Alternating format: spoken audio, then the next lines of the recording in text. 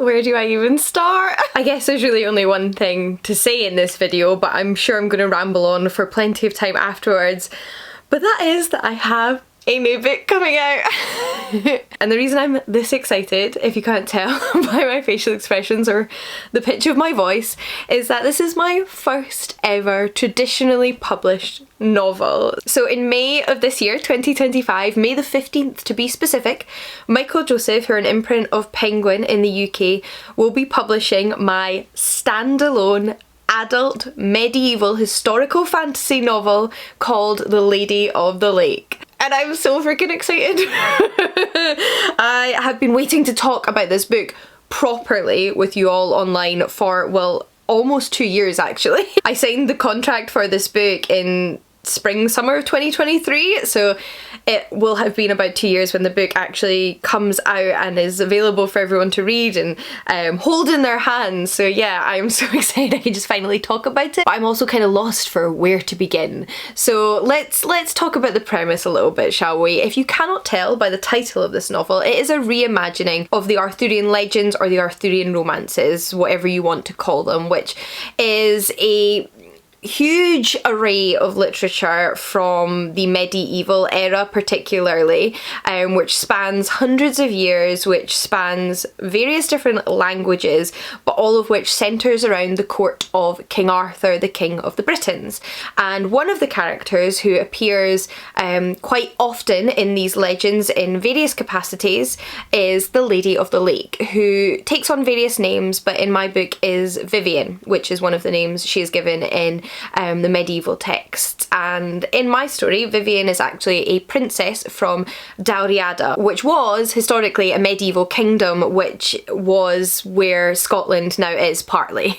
So of course this is set before the borders and the boundaries of Scotland and England and Wales were defined and those countries existed, and the island that I live on now was made up of various different, often smaller kingdoms that ruled various different Celtic nations, including the Britons. And I decided to write this story about Vivian because I think she's such a fascinating character. She's a character who does crop up time and time again, but she's most often known by that description, the Lady of the Lake. And she often appears as a somewhat outsider or observer of the legends themselves, the stories themselves.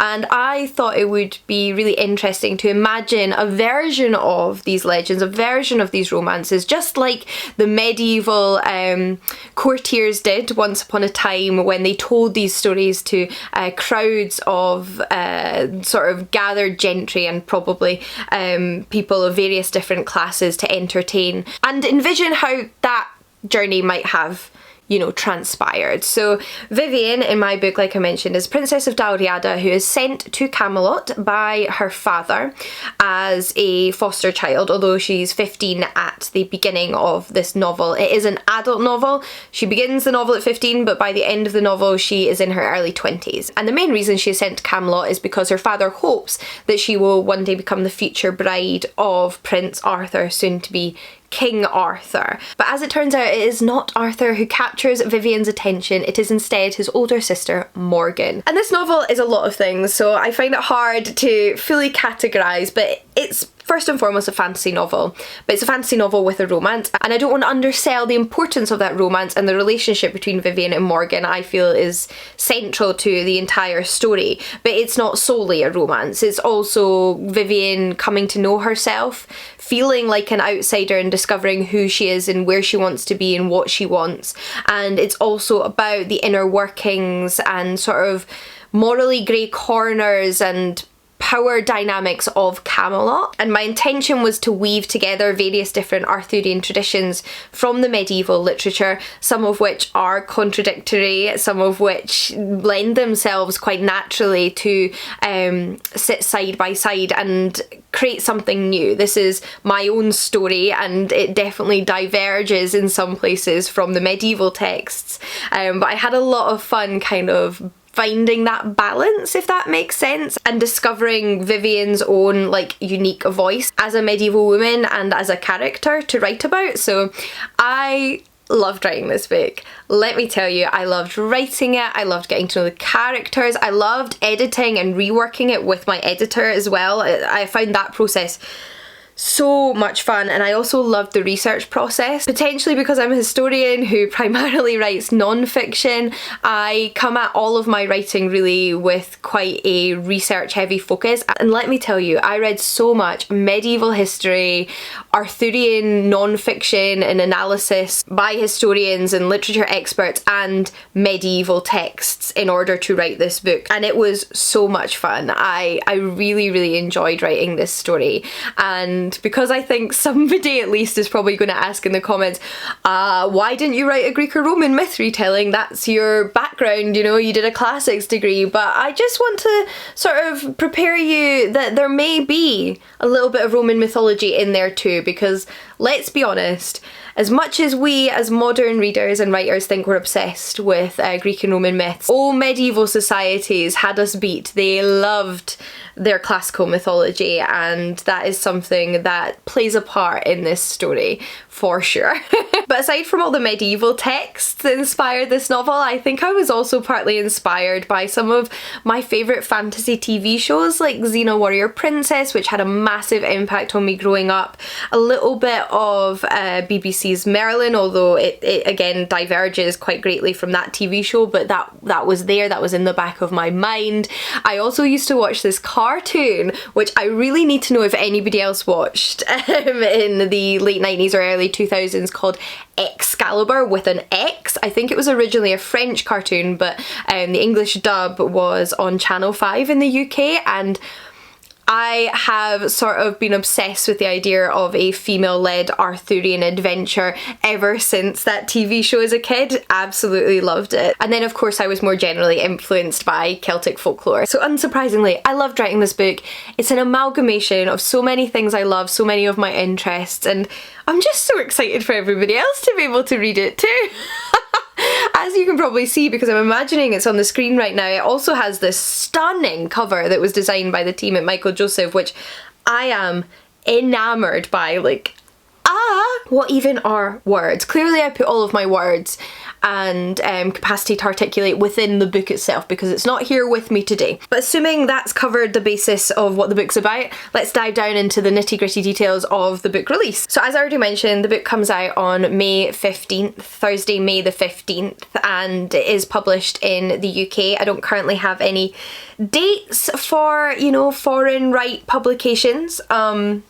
Hopefully, fingers crossed, I will do in the future down the line for you, but I will link as many sort of online bookstores as I can find for you to pre-order and purchase your copies from, and hopefully that will make it as accessible as it possibly can be to everybody right now. But I can only assume the sort of more interest there is in the book, the better that will be for, you know, like future worldwide publication dates. So I don't know. Sometimes I think I understand the publishing industry, and then other times I realise how much I don't still know, even though I've worked in it for so many years. But that's what's happening on that front. It will also be available as an audiobook in May as well. More information on that to come.